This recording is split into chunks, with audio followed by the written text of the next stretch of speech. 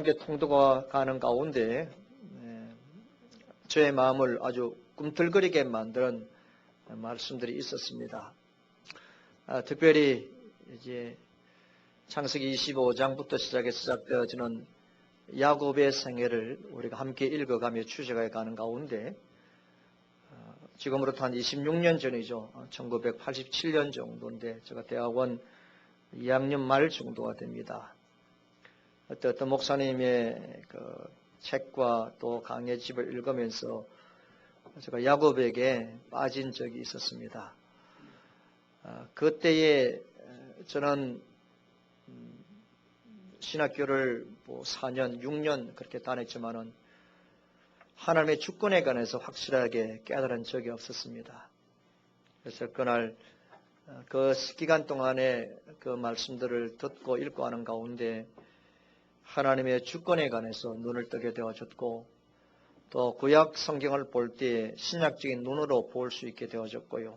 그래서 그 감동과 그 은혜는 아마 저 설교의 밑바탕이 되어지고 또 기초가 되어진 적이 있었습니다. 그래서 이 통독 기간 동안에 그런 감동을 다시 한 번 더 제가 되새기게 되어졌습니다. 그래서 제가 몇 주간 동안 이 야곱에 관해서 설교를 하려고 하는데 길면 한 4주 정도가 안 되겠나 싶습니다. 오늘 일부 예배를 마치고 돌아가시는 어떤 남자 성도님인데 그분은 우리 교회에 아직 등록을 하지 않은 분입니다. 그분이 이제 제가 볼 때는 신앙생활을 조금 하신 것 같고 또 그러면서 교회 생활을 열심히 하지 않는 것 같아요. 그래서 우리 교회 왔다 갔다 하고 다른 교회도 왔다 갔다 하시는 분이신데 만나면 길거리에서 인사를 나누는 정도의 관계입니다. 그분이 이제 예배를 마치고 돌아가면서 갑자기 평소에 다르게 제 손을 악수를 하면서 목사님 오늘 설교 너무 은혜롭고 너무 통쾌했습니다 라고 하면서 가시는 겁니다. 무슨 말씀이냐면 몇 주간 여러분 우리가 마음을 열고 귀를 기울여서 성령께서 우리에게 하시는 말씀을 우리가 잘 들으면 어쩌면 지금까지 우리가 경험하지 못한 영적인 통쾌함을 우리가 맛보게 될 것이고 지금까지 우리의 신앙을 제대로 정립하지 못한 가운데 있는 우리들 신앙도 정립할 것이고 하나님에 대해서 제대로 알 것이며 더 이상 흔들리지 않는 그런 믿음과 신앙생활을 계속해 갈 것이라는 그런 기대를 가지시고 그런 기대하는 마음으로 하나님의 말씀을 들을 수 있기를 바랍니다. 그래서 신앙적으로 좀 답답한 마음을 가지고 늘 교회 생활하신 분들 이번 이 설교를 통하여서 여러분의 신앙에 대전환이 올 수 있는 그런 기회가 될 수 있도록 우리 모두가 기도하시면서 말씀을 들으시기 바랍니다. 먼저 오늘 우리가 읽었던 말씀에 야곱의 그 출생의 비밀에 관해서 말씀을 읽게 되어졌죠. 이삭의 아내가 리브가입니다. 여러분 아브라함의 아들 이삭이죠. 그래서 리브가 임신을 했는데 뱃속이 좀 이상해요. 그 뱃속에는 아이가 하나가 아니고 둘입니다. 그래서 이 배가 평화롭지 않습니다. 22절에 보니까 아이들이 그 태 속에서 서로 싸웁니다. 그래서 무슨 일인가 싶어서 하나님께 물어봅니다. 이 같으면 내가 어찌 알고 그렇게 말합니다. 왜 이런 일이 나에게 생기느냐. 영어로는 그렇게 되어 있는데 그때 하나님께서 대답을 하십니다. 뭐라고 말하냐면 두 국민이 내 태중에서 있구나. 너는 쌍둥이를 이제 잉태했다는 겁니다. 그러면서 두 민족이 갈라진다. 그리고 먼저 큰 자가 작은 자를 섬기게 된다라는 이 말씀을 하신 겁니다. 리브가가 좀 이상해가지고 하나님께 물어보니까 쌍둥이인데 이제 두 민족이 갈라지게 되어지고 그리고 큰 자가 작은 자를 섬긴다라는 이 비밀스러운 말씀을 이 리브가가 하신 겁니다. 여러분 큰 자가 먼저 나오는데 온몸에 털이 있습니다. 그래서 이삭은 이것을 보고 맏아들인데 털을 많은 자라는 뜻에서 에스라는 이름을 붙입니다. 또 에스의 피부색이 아주 붉었습니다. 자라면서 이 에서는 빨간 것만 좋아하는 것 같아요. 죽도 붉은 죽만 먹고 그래서 별명이 붉은 자입니다. 그래서 붙여진 이름이 에돔입니다. 에서라는 이름은 털이 많은 자라는 것이고 에서의 또 다른 이름의 별명이 에돔입니다. 성경에 에돔이라는 단어가 훨씬 더 많이 나오죠. 이것은 바로 붉은 자라는 뜻입니다. 그런데 두 번째 작은 아이가 태어나는데 이 아이는 손부터 나옵니다. 자기 형님의 발꿈치를 잡고 나옵니다. 그래서 다른 사람의 것을 둘러엎고 자신의 것으로 만드는 자식이구나. 이 친구는 무언가 꽉 붙잡고 자기 욕심을 채우는 사람이구나. 아이구나 생각해서 이름을 야곱이라 합니다. 그래서 야곱은 남의 것을 빼앗는 자, 또 속이는 자, 이런 이름의 뜻이 있습니다. 물론 그럼에도 불구하고 하나님의 보호하는 자라는 뜻도 가지고 있는 것이 야곱 이름입니다. 그런데 이제 태어났는데 맏아들 에서는 사냥을 참 좋아합니다. 아버지로부터 사랑을 받을 수밖에 없는 게 아마 이삭이 육식을 좋아한 것 같아요. 물론 이제 유목민들은 사실은 풀은 잘 안 먹습니다만은 들에 나아가서 이 에서가 사냥을 해서 고기를 잡아와서 직접 요리를 해서 아버지에게 대접을 합니다. 그러면 아버지는 기쁜 마음으로 그 요리되어진 음식들을 참 맛있게 먹고 그러다 보니까 장자이기도 하기도 하고 아버지에게 참 잘하니까 아버지가 에서를 더 좋아하고 사랑할 수밖에 없었습니다. 그래서 이 아버지는 에서에게 반했다고 말할까요? 그럼 그렇잖아요. 스타일도 얼마나 좋아요. 매끈매끈한 것도 아니고 적당히 털도 보송보송 나고 그러고 늘 사냥하다 보니까 좀 스포츠맨십도 있고 요즘 말로 하면 뭐도 있을 것이고 얼마나 폼이 참 좋습니까? 혈색도 좀 붉습니다. 겉으로 볼 때 참 아버지 마음에 들고 또 장자 노릇을 하니까 너무너무 좋은 거예요. 근데 이 야곱은 직업도 없고 아주 조용한 사람입니다. 장막 안에 그냥 머물러 있는 그러면서 팥죽이나 쓰는 사람이었습니다. 그런데 이 어머니는 리브가는 이 야곱을 사랑합니다. 더 사랑하죠.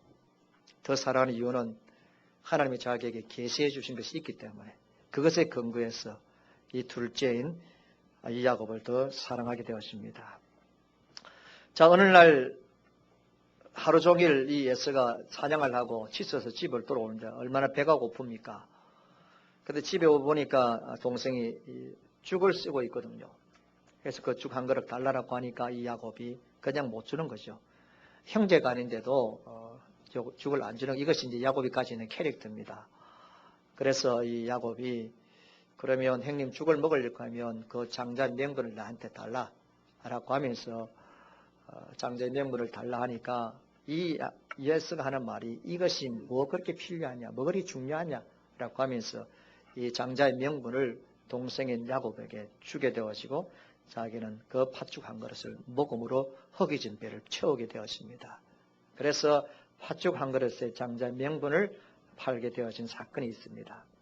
근데 그뿐입니까? 창세기 27장에 보면 아버지가 하루는 에서를 부릅니다. 에서야 오늘따라 고기가 먹고 싶구나 하니까 알았습니다. 그리고 오늘은 너가 이제 사냥을 해서 고기를 잡아서 요리해서 나한테 가져오면 내가 마음껏 먹고 난 다음에 오늘은 너에게 특별히 복을 빌겠다, 축복을 해주겠다라고 합니다. 이 에서가 얼마나 기분이 좋습니까? 이제 오늘에서 아버지로부터 내가 정말로 장자로서의 복을 받는 날이구나 싶어서 이제 사냥을 하러 간 거죠. 그런데 이 어머니인 리브가가 이 이야기를 듣고 가만히 있지 못합니다. 자기 둘째 아들인 이 야곱을 부릅니다. 야곱아, 큰일 났다. 오늘 에서가 지금 사냥을 하고 짐승을 잡아서 요리해서 아버지 앞에 바치면 아버지가 그것을 마음껏 드시고 축복을 마음껏 하실 것인데 어떻게 하겠느냐. 너는 빨리 너도 짐승을 잡아서 아버지에게 대접을 하고 너가 축복을 받아야 되겠다. 그 염소 새끼 중 좋은 것 2마리를 가져오라. 그러면 급히 잡아서 아버지가 즐겨 드시는 별미를 만들어서 돌려서 잡수게 할 테니 그리고 나서 너가 장자의 축복을 받아라. 이 리브가는 알고 있습니다. 하나님께서 뱃속에 있을 때부터 계시하신 것이기 때문에 그런 겁니다. 자, 그런데 이제 이 야곱이 걱정입니다. 어머니, 내가 아무리 음식을 해서 아버지 앞에 갖다 주시지만은 아버지에게 축복을 할 때 그냥 축복하겠습니까? 내가 야곱인지 에서인지 확인하지 않겠습니까? 형 에서는 팔목에 털이 부숭부숭하고 나는 매끈매끈하면 내 팔을 잡는 순간 돌통 날 것이며 그럼 나는 더 조절을 받지 않겠습니까? 라고 하니까 걱정하지 말라 합니다. 급히 사냥한 짐승을 가지고 오고 덜염소를 잡아서 형의 에서의 옷도 입히고 그 다음에 털이 북실북실한 것처럼 연소 새끼 가죽으로 손과 손목을 두르게 되어진 겁니다. 이제 이 야곱이 음식을 가지고 방에 들어가니까 아버지 하니까 내가 여기 있습니다. 내 아들이구나. 너 이렇게 왜 빨리 왔어? 하니까 하나님께서 순적하게 하셔가지고 사냥을 빨리 했다는 거죠. 그리고 음식을 이제 잡수게 합니다. 여러분, 이때 이삭이 음식을 먹고서 이제 축복하려고 할 때에 손을 만져봅니다. 만져보니까 털이 부승부승 하니까 에서구나 싶어서 이 이삭이 둘째 아들인 야곱에게 에서가 받아야 될 축복을 다 줍니다. 그 말씀들 읽어보면 요약하면 너가 형제들의 주가 된다. 야곱, 너가 지금 축복받는 너가 형제들의 주가 되고 너의 어머니의 아들들이 너에게 굴복할 것이다. 너가 저주하는 자는 저주받고 내게 축복하는 자는 복받기를 원한다라는 축복을 빌어주게 되었습니다. 축복을 받고 나왔는데 에서가 이제 사냥을 마치고 돌아오는 겁니다. 에서가 음식을 장관해서 아버지에게 들어갔는데 이미 이삭은 야곱에게 축복한 사실을 아는 거죠. 이 사실을 알게 되어진 이 어머니는 야곱을 삼촌 라반의 집으로 도망을 보내는 것입니다. 그때부터 이 에서는 동생을 죽이기 위해서 그 오랜 시간 동안 복수의 칼을 갈게 되었습니다. 여기까지입니다. 스토리는. 그 다음 말씀 다음 주일날. 너무 잠잠하게 하니까 제가 말 주변에 있으면 더 재미있게 할 건데. 자, 그런데 오늘 예배 참여한 여러분들에게 집사님, 장로님, 성도님들 성경에 나온 인물 가운데 누구를 가장 좋아하고 존경하고 누구를 닮기 원합니까? 라고 하면 욕심이 많은 사람들은 요셉을 말합니다. 요셉은 축복의 통로였으니까. 그래서 요셉과 가기를 하고 여러분 담을 넘어가는 그런 복을 받기를 원합니다. 그래서 자식들도 그렇게 받기를 원합니다. 그래서 요셉을 참 좋아할 거예요. 그런데 어떤 분은 좀 신앙에 욕심 있는 분들은 우리는 아브라함입니다. 아브라함 믿음의 조상이니까. 또 어떤 사람들은 자식의 자녀가 또 내가 리더가 되기를 원하면 모세와 같은 사람 되기를 원합니다. 어떻게 보면 또 이제 사역자를 길을 걸어가는 사람들은 능력이 조금 엘리야. 저도 한때 엘리야가를 참 좋아했습니다. 그런데 여러분들 가운데서는 이 얍사하고 못된 야곱과 같이 되기를 원하는 분도 아무도 없을 것이고, 특별히 여러분의 자녀가 야곱처럼 되기를 원하고 우리 자식은 야곱을 가장 존경합니다라고 말할 수 있는 사람은 없을 것입니다. 가장 마음에 안 드는 사람이 야곱입니다. 안 그렇습니까? 마음에 듭니까? 저는 이 야곱이 마음에 듭니다. 저는 이 야곱이 참 마음에 듭니다. 왜 마음에 드느냐 하면 솔직하게 이야기해서 저는 아브라함과 내 자신을 비교 못합니다. 물론 아브라함이 실수한 적들이 있었지만 그가 하나님 앞에 살았던 말씀을 쫓아 삶을 살았던 것은 거의 완벽합니다. 그런데 제가 어떻게 아브라함과 비교 대상이 됩니까? 요셉도 마찬가지입니다. 요셉은 어떤 환경 가운데서든 어느 곳에 있든지 하나님께 감사했던 사람입니다. 나는 그렇게 못하거든요. 여러분 모세, 여러분 한민족을 이끌었던 강력한 리더십을 가졌습니다. 저는 마음이 약하기 때문에 강력한 리더십이 없습니다. 여러분 엘리야 불의 사자입니다. 하늘문을 열고 하늘문을 닫았던 엘리야입니다. 제가 원하지만은 그 엘리야와 비교해 볼 때는 저는 잽이 안 됩니다. 비교가 안 됩니다. 그래서 내가 한번 견줄 만한 사람이 있습니다. 누구냐? 야곱입니다. 한번 좀 붙어보자. 내가 한번 비교해보자라고 할 때 어떤 측면에서 볼 때 저는 이 야곱이 제가 야곱보다 조금 나은 것 같아요. 그런 측면에서 볼 때는 야곱을 저는 참 좋아합니다. 저뿐 아닙니다. 여러분 마찬가지입니다. 야곱 하면 괜히 한번 견뎌보고 싶은 마음이 드는 겁니다. 그러면서 오늘 우리가 21절부터 출생의 비밀을 알았는데 이 민족이 저 민족보다 강하고 큰 자는 어린 자를 섬길 것이라고 이야기했습니다. 먼저 이 출생의 비밀을 꼭 머릿속에 기억하시고 계속 말씀을 드려야 됩니다. 야곱의 어머니 리브가가 남편을 속입니다. 야곱은 아버지를 속이고 형을 속입니다. 왜 그렇게 부모들과 가족을 속이면서까지, 왜 속이면서까지 그 장자의 명분을 얻으려고 했는가? 또 왜 탈취했는가? 그것을 알기 위해서는 출생의 비밀을 아시고 들으셔야 됩니다. 출생의 비밀이라는 게 드라마를 보시는 분들이 눈이 번쩍한 것 같아요. 모든 요새 드라마는 다 출생의 비밀이거든. 요즘 드라마 가운데도 그런 드라마 있겠죠. 자, 그런데 오늘 저와 여러분들이 이 야곱에 관해서 오해를 하고 있습니다. 야곱을 좋아하지 않습니다. 야곱을 싫어하고 미워합니다. 왜냐하면 모스마가 비겁하게 왜 속이면서까지 장자의 명분을 탈취하려고 하느냐? 왜 야곱은 자기의 목적을 위해 수단과 방법을 가리지 아니하고 빼앗는 자 아니야? 주는 자가 아니고 빼앗는 자 아니야? 그렇게 생각하면서 야곱을 우리는 비난합니다. 우리는 야곱을 또 욕할 수 있습니다. 충분히 또 욕을 먹을 수 있는 사람입니다. 이런 부분에 있어서 마음에 안 들어요. 두 번째는 무엇이 마음에 안 들었냐면 왜 하나님께서는 에서를 택하지 않고 왜 야곱을 택했느냐 겁니다. 왜 이렇게 비결하고 자기 욕심만 모르는 여러분 강도 같은 이 야곱을 왜 하나님이 택했느냐? 왜 하나님께서는 이 에서를 아버지에게 얼마나 잘했습니까? 여러분 에서가 무슨 잘못이 있습니까? 물론 장자의 명분을 경하게 여기는 건 있습니다만은 왜 이 야곱을 택하고 에서를 택하지 않았느냐에 대해서 우리는 의심을 가질 수 있고 또 인간적으로 볼 때 불만을 가질 수 있습니다. 여기서 나오는 단어가 뭐냐? 택함입니다. 선택입니다. 택정입니다. 왜 야곱을 택정했을까? 왜 야곱을 택했을까? 하나님께서는 왜 에서를 택하지 않고 왜 야곱을 택했을까라는 이 부분에 대해서 우리가 질문합니다. 또 마음이 무겁습니다. 자, 이 부분입니다. 하나님께서 에서를 택하지 않고 야곱을 택한 부분에 대해서 우리가 이해를 잘 못합니다. 우리가 잘 수긍을 못합니다. 왜냐하면 우리 인간이 가지고 있는 사고 구조 때문에 그렇습니다. 우리가 가지고 있는 사고 구조인데 이 세상에서는 누군가가 누구를 선택했다고 할 때, 내가 무엇을 택정했다고 할 때, 여러분 물건도 마찬가지예요.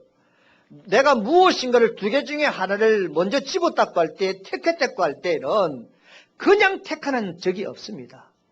아무 생각이 없는 가운데 어떤 것들을 하나 택한다는 것이 먼저 손에 쥐는 법이 없습니다.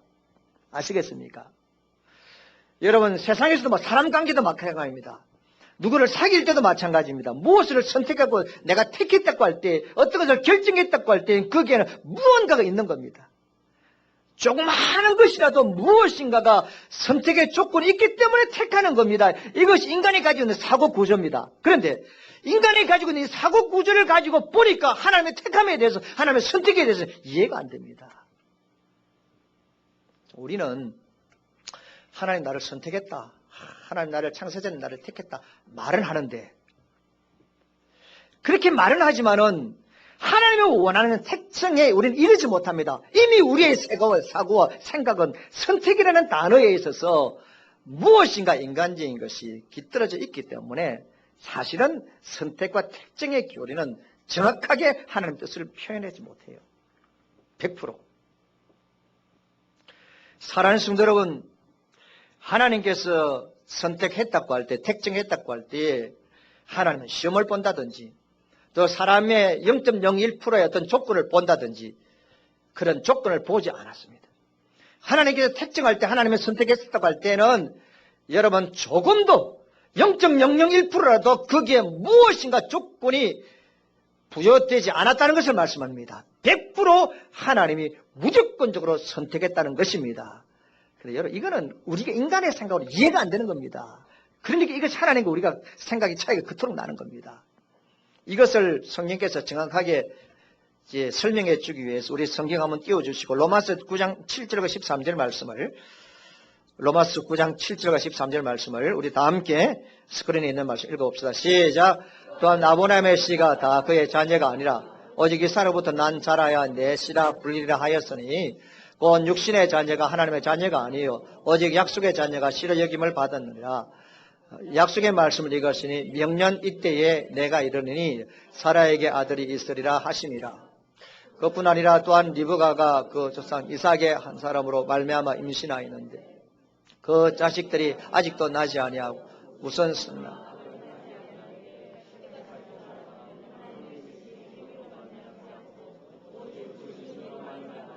그 11절만 거기에 보니까 그 자식들이 아직도 뭡니까? 나지도 아니하고 그다음 뭡니까? 무슨 소리나 악을 행하지 아니한 때 택하심을 따라라고 말씀합니다. 나지도 않았습니다. 뭐 선한 것을 조금이라도 생각한다든지 악한 것을 조금이라도 생각하든지 그것이 근거가 기준이 전혀 안 되는 것을 말씀합니다. 성경이 분명히 말합니다.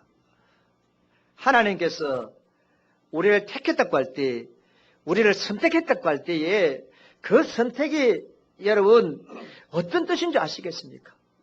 저와 여러분들이 선택에 관해서 제대로 알면 우리는 그 하나님의 선택하심 앞에 빠져 엎드릴 수밖에 없습니다.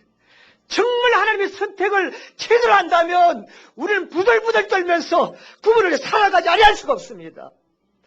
아무것도 없습니다. 우리가 그분으로부터 선택받을 수 있는 것이 아무것도 없습니다. 선한 것이나 악한 것도 여러분 아무것도 없습니다.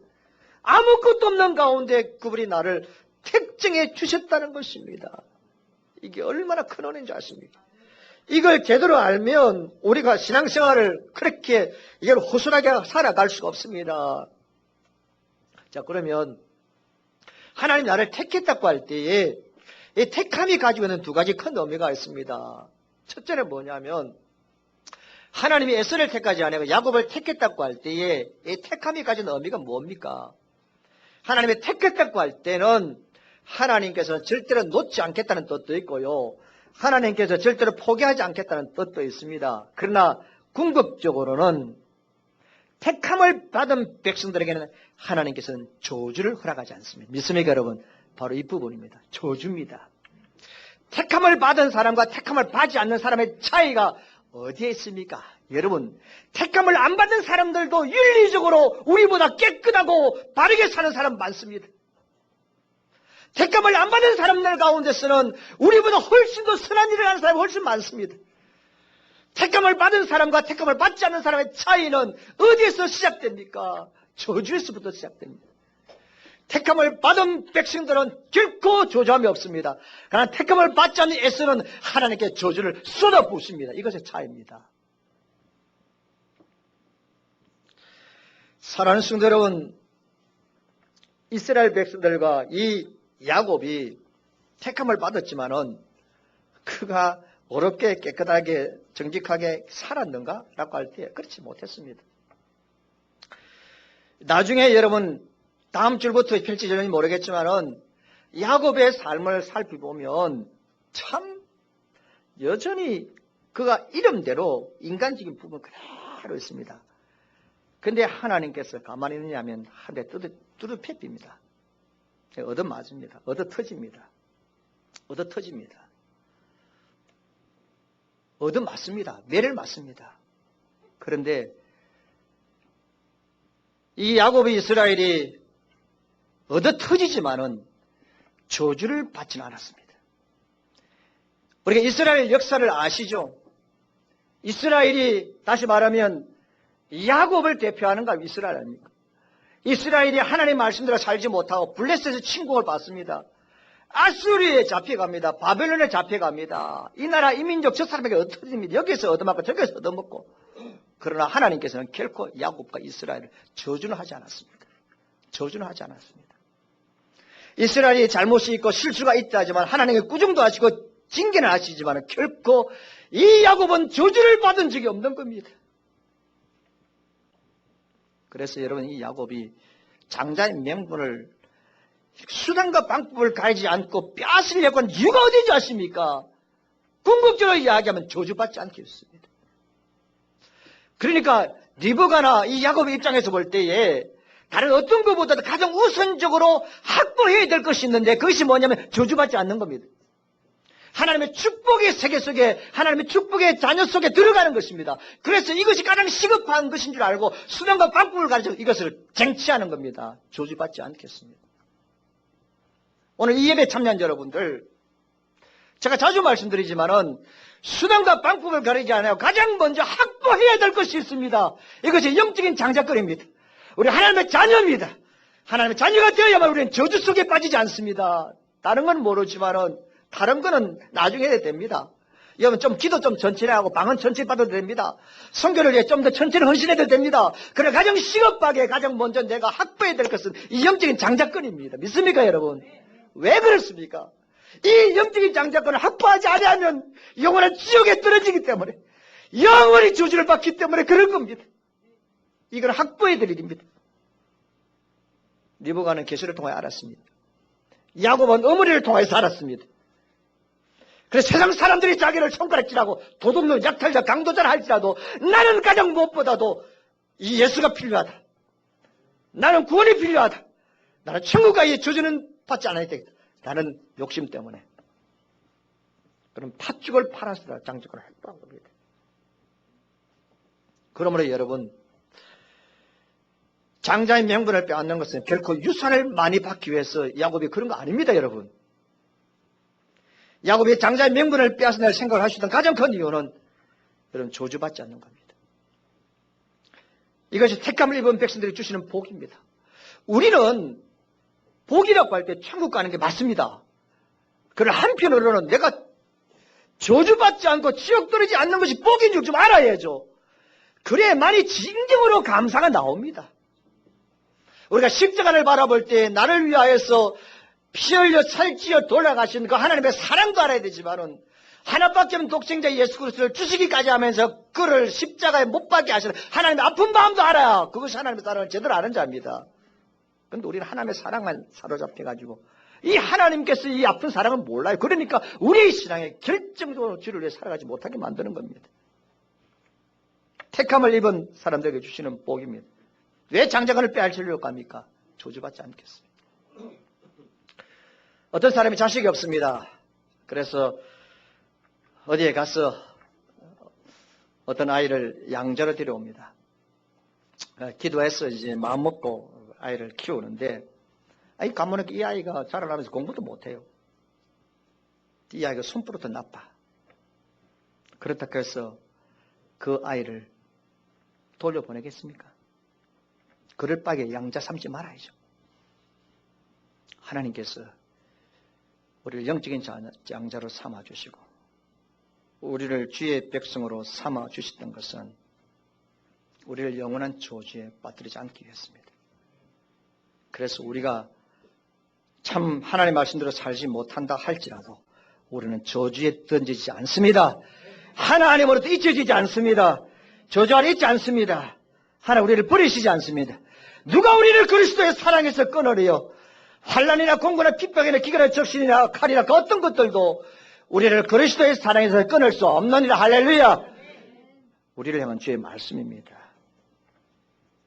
여러분, 그러나 에서를 보세요. 택함을 받지 못한 족속입니다. 장자의 명분을 경홀히 여겼습니다. 성경에서 저주를 말할 때마다 늘 등장되고 사용되어진 인물이 이름이 에서입니다. 에돔입니다. 여러분, 이사야서 보세요. 에레미야 보세요. 오바댜 보세요. 말라기서 보세요. 계속 온통 이 에돔을 욕하고 저주하는 말씀들이 꽉 차 있습니다. 우리 성경 한 번 더 말라기서 1장 2절부터 한번 떼어줄까요? 또 피곤하시면 잠이 오시는 분들도 소리내 읽읍시다. 다 같이 읽읍시다. 시작.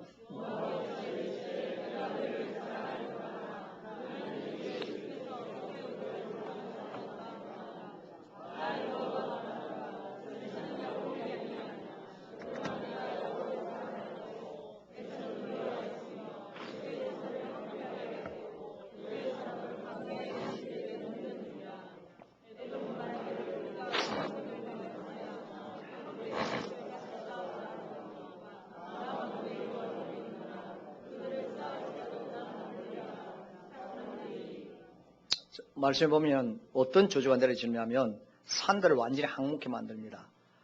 항폐 만듭니다. 그러니 이 에돔 사람들은 또 쌓습니다. 하나님 뭐라 하는지 쌓아라. 하나님 가서 확 무너뜨립니다. 또 쌓습니다. 또 하나님께서 확 무너뜨립니다. 누구 쌓아라. 나는 헐겠다. 너는 쌓아라. 나는 헐겠다. 이 하나님께서 에돔을 저주하면 이렇게 말씀하십니다. 그러면서 여러분 도둑님이 오면 폐물 가져가지 여러분 숟가락 몽디 안 가져가잖아요. 양복 안 가져가잖아요. 에돔에게는 하나님께서 씨를 남기지 않겠다는 겁니다. 홍수가 나면 뭐 어떤 데 집도 떠내려가고 뭐 짐승도 떠내려가고 좋은 것 떠내려가지만 땅은 안 떠내려가잖아요. 하나님께서 에돔을 향한 저주는 땅까지 다 썰어버리겠다. 이것이 에돔에 대한 저주입니다. 왜 제가 여러분들에게 에돔에 대한 저주를 말씀합니까? 왜 그렇게 흥분합니까? 택함을 입지 않는 자에게 대한 저주입니다. 하나님 믿지 않고 예수 그리스도의 필요성을 거부하는 영적인 교만한 자를 향한 하나님 내리신 멸망과 진노의 표현입니다. 내가 왜 오늘도 중고등부 아이들이 가서 왜 구원을 이야기했습니까? 왜 청년들에게 가서 왜 구원을 이야기합니까? 왜 거듭나야 되고 왜 중생해야 되는지 왜 이야기합니까? 저주에 빠지지 않기 위해서입니다. 예수를 만나야만이 하나님의 계수 속에 들어가야만이 저주받지 않죠. 이것이 목사가 해야 될 일이 아니겠어요? 그래서 예수 만나고 구원 경험하고 거듭나고 중생해야 되는 겁니다. 저주받지 않기 위해서. 오늘 예배 참여한 성도 여러분, 저와 여러분들은 택함을 입은 백성인 줄 믿습니다. 우리는 야곱에 속합니다. 에서에 속하면 안 됩니다. 에서에 속하면 에서의 종말은 저주입니다. 저주입니다. 에서는 장자권을 가볍게 여겼습니다. 구약 사건을 신약적으로 푼다면 이 야곱은 나는 절대적으로 예수가 필요하다는 것입니다. 그러나 에서는 먹고 사는 것이 더 필요하지 예수가 더 필요하지 않다라고 말하는 겁니다. 이것이 바로 축복과 저주의 갈림길입니다. 예수가 절대적으로 필요하다는 사람하고 예수가 필요할 수 있으나 나에게 먹고 사는 것이 가장 중요하다고 생각하고 말하는 사람은 바로 이것은 에돔입니다.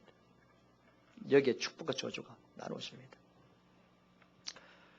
두 번째로 우리가 택함을 입었다고 할 때는 저주에서부터 하나님께서 우리를 놓지 않는 이런 부분에 대해서 말씀드리고요. 두 번째로 택했다는 것이 무슨 말이냐. 말씀 얼마 안 남았습니다만은. 자, 하나님이 저와 여러분을 택했습니다. 우리 택정함을 입은 자입니다. 믿습니까 여러분? 자, 택정함을 입은 우리가 할 때 우리는 결코 저주에까지는 이르지 않습니다. 그런데 하나님이 가만히 있느냐? 우리가 택함을 입었다는 말씀 가운데는 그때부터 하나님께서 내가 택하여 내가 불렀으니 지금부터 너의 인생은 너의 것이 아니고 내 것이니까 내가 간섭하겠다는 겁니다. 믿습니까 여러분? 택함을 입었다고 할 때는 내가 택함을 입었구나, 내가 천국 가구나, 그걸 인해 기뻐하고 감사하기도 하지만 한 가지 더 생각해야 될 것은 지금부터 하나님이 내 인생에 찾아와 간섭하시고 하나님이 내 인생에 찾아와 분명히 역사하시고 하나님께서 이렇게 하시면서 하나님께 인도하실 것이다 라는 걸 알아야 된다 그 말입니다. 이것이 바로 선택이 말하고 있는 두 번째 원리입니다. 다시 말하면 하나님께서 야곱이 하나님께 택함을 입었고 장자의 명분을 받았습니다만은 야곱이 야곱 욕심대로 살도록 하나님 내어버려두지 않는다는 겁니다. 하나님께서 야곱이 야곱대로 야곱 방식대로 살아가도록 하나님 내어버려두지 아니하시고 하나님께서 간섭하십니다. 이것이 바로 여러분 주권이라고 할 때는 하나님께서 일방적으로 우리를 건지시고 택정하시는 것도 주권이지만은 그 주권을 가지신 계신 하나님께 그 주권을 우리의 생활 가운데 행사하십니다. 간섭하십니다. 인도하십니다. 자기의 목적대로 우리는 몰아가십니다. 이것이 주권입니다. 에서와 야곱의 차이는 다른 데 있는 것이 아닙니다. 하나님의 손에 붙잡혔느냐 아니면 하나님이 놓았느냐, 저주 아래 있느냐 아니면 저주에 벗어났느냐, 이것인데 하나님은 택함을 입은 야곱을 지금부터 간섭하기 시작합니다. 물론 형의 자기를 죽이려고 하는 그 공포에서부터 무서워서 어머니가 자기 오빠인 라반, 야곱에게 삼촌의 집으로 도망하게 하지만 이것은 하나님이 도망하게 하신 겁니다. 이 사건부터 하나님은 야곱을 만지기 시작합니다. 도망한 곳이 삼촌 라반은 야곱보다 훨씬 더 악랄한 사람입니다. 야곱보다 여러분 훨씬 더 이기지고 욕심이, 딸들을 팔아서 자기의 욕심을 채우려고 하는 사람이 삼촌 라반입니다. 이것이 하나님이 하시는 일입니다. 여러분들이 예수를 믿어 구원을 얻은 것이 아니라 정확하게 이야기하면 구원을 얻어서 예수를 믿도록 인도를 받은 자들입니다. 그 인도를 하셨는데 이제 우리가 넘어졌다고 해서 버리시겠습니까? 여러분 잘 들으세요. 참 하나님께서 나를 택하여 주셨다. 너무 감사하죠. 우리는 저주 속에 던지지 않는다. 너무 감사하다. 그런데 실제적으로 내 생각과 삶을 보면 우리는 실수투성이에요. 우리는 말씀을 살지 못하고 모든 신앙생활로 다 자기 중심이에요. 기분도, 생각도, 방식도. 그럼 봐요. 교회를 위해서 봉사하시는 분들 어떤 때는 가만히 보면 이게 정말로 주님을 위한 것인가? 아니에요. 자기 기분, 자기 만족이에요. 자기 가지는 생각이에요. 자기 가지는 주관이에요. 그것을 위해서 교회 생활을 해요. 그것에 조금 비틀리면 기분 상하죠. 지치죠. 삐끼죠. 이 모든 것들은 뭐냐면 하나님의 전적인 은혜와 하나님께서 나를 택해 주신 것에 대한 생각이 부족한데, 그러다 보니까 내가 이것밖에 안 되나, 또 이제 후회하죠. 그래서 참 내가 이겼구나, 내가 이것밖에 안 되구나, 이렇게 하다가 우리가 무너집니다. 한두 번 무너지다 보니까 뜯어 치워버려. 기도도 좀 쉬고. 어떤 사람은 실제로요, 교회 생활을 하는 이 부분을 어떤 때는 당분간 보따리를 쌓아요. 어떤 사람은 얼마나 거룩한 줄 아십니까? 그래, 내가 참 하나님 앞에 실수하고 이렇게 했으니까 내가 정말로 하나님께 깨달을 때까지는 집에서 근신하고 있겠다, 교회 안 나오겠다, 이 교만한 사람도 있습니다. 어리석은 생각이죠. 은혜라는 말을 똑바로 알아야 됩니다. 우리를 그의 자녀로 부르셨기 때문에 우리의 출생이 있었고요, 우리의 거듭남이 있었고요, 우리 영적으로 야곱같이 태어난 출생이 있었습니다. 그래서 거듭남이 있습니다. 거듭남이 있고 난 다음에 반드시 하나님의 간섭과 인도는 자동적으로 따르게 되어 있습니다. 한마디로 말하면 따라합시다. 나의 신앙과 삶의 운명은 이미 결정되어 있다. 할렐루야. 그래서 여러분, 우리가 신앙생활이라는 것은 이렇게 생각하면 됩니다. 우리가 하나님 아버지 앞에 열심히 봉사하고 섬김이 얼마나 주의 일을 많이 하느냐, 또 얼마나 거룩하게 삶을 살아가느냐, 이 부분도 맞습니다만은 더 솔직하게 이야기하면 내가 신앙생활을 하며 교회생활을 하면서 얼마나 맞고 안 맞느냐의 차이입니다. 어떤 사람은 많이 맞습니다. 어떤 사람은 적게 맞습니다. 어떤 사람은 칭찬을 많이 받습니다. 어떤 사람은 칭찬을 덜 받습니다. 이 차이입니다. 무슨 말이냐면 여러분, 오늘도 우리가 걸어가는 신앙의 길에 얼마나 얻어맞으면서 가느냐, 우리가 얼마나 얻어맞으면서 가느냐, 얼마나 적게 얻어맞으면서 가느냐, 그 차이일 뿐이지 우리는 분명히 천국 갑니다. 우리의 길은 정해져 있습니다. 말 안 들으면 하나님이 매를 드시죠. 이게 더 맞느냐 덜 맞느냐 그 차이입니다. 그래서 내가 뭐 좀 교회 생활을 하면서 참 내가 뭐 많이 하니까 뭐 그렇게 생각하지 마세요. 다 엉터리입니다. 우리의 운명이, 우리의 인생이 나의 손에 있는 것이 아니라 그분의 손에 있습니다. 그분의 손에 있기에 우리의 삶은 바뀌지 않습니다. 우리의 운명은 바뀌지 않습니다. 우리는 분명히 모두가 다 하늘나라에 갈 것입니다. 하나님 영원하시기 때문입니다. 그는 신실하기 때문입니다. 그가 시작한 것은 절대로 포기하지 않고 방해받지도 않습니다. 그래서 알아서 하십시오. 두렵고 떨림으로 우리의 구원을 이루어가야 될 줄 믿습니다. 그러나 우리가 잘 생각해보면 얼마나 큰 은혜입니까?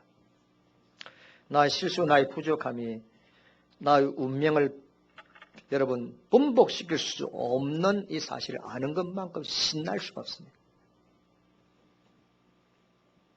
우리는 실수합니다. 마음 놓고 실수해도 안 되겠죠. 여러분들에게 부탁할 것은 하나밖에 없습니다. 우리가 불순종하고 실수 안 하면 참 좋습니다. 그러나 그렇지 못하잖아요. 그러면 우리에게 내린 결론은 하나 있습니다. 내가 불순종하고 실수하는 횟수보다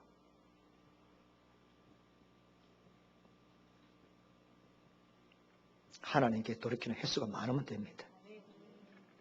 이것 말고는 뭐가 있습니까?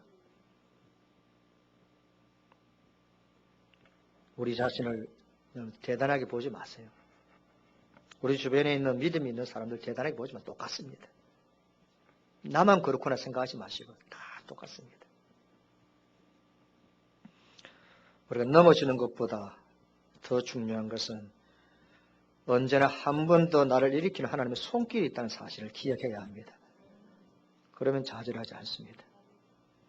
우리의 신앙생활의 가장 큰 병은 좌절입니다. 영적인 자포자기입니다. 그런데 하나님은 포기하지 않습니다. 우리가 우리를 포기해도 하나님은 우리를 포기하지 않습니다. 그리고 여러분들은 여러분의 생을 포기할 권리도 없습니다. 예수를 믿는다는 것은 더 이상 자신을 의지하지 않고 살도록 만든 것입니다. 자, 그러니까 교만할 수도 없습니다. 동시에 좌절할 권리도 없습니다. 우리는 내가 내내라는 교만할 권리도 없습니다. 그리고 내가 왜 이것밖에 되지 않느냐면 좌절할 수 있는 권리도 나에게 없습니다. 왜 그렇습니까? 여러분들은 여러분의 것이 아니기 때문에 그렇습니다. 잘난 척하고 나 이제 이만이라 우리가 어디 대고 이 이야기를 합니까? 하나님 굉장히 불쾌하게 생각하십니다. 하나님의 성전에 들어갈 때에 드릴 것이 없어서 참 고민하고 죄인임을 알았던 사람도 있고 드린 것이 있어가지고 아주 교만하게 하나님은 그것을 보고 굉장히 불쾌하셨습니다. 우리가 어려우면 얼마나 어렵고 착하면 우리가 얼마나 착합니까? 우리가 믿음이 좋으면 얼마나 믿음이 좋습니까? 우리가 스스로 교만하면 내가 얼마나 우리가 어렵기에 우리가 누가 누구를 가르치고 누가 누구를 지적하겠습니까? 하나님의 그런 모습을 보면 하나님 굉장히 불쾌하십니다. 하나님 마음을 불쾌하지 하지 마시기 바랍니다. 하나님께서 여러분들의 욕심대로 살아갈 것을 그냥 두지 않을 겁니다. 저와 여러분들의 인생은 하나님의 목적대로 하나님 원하신 대로 이끌려 가다가 하나님이 원하신 대로 끝납니다. 내가 원하는 대로 안 끝납니다. 하나님이 원하신 대로 끝날 겁니다. 그래서 하나님이 원하시는 것이 무엇인지 하나님이 끝내게 하시는 것이 무엇인지를 알아서 미리부터 준비해야 됩니다.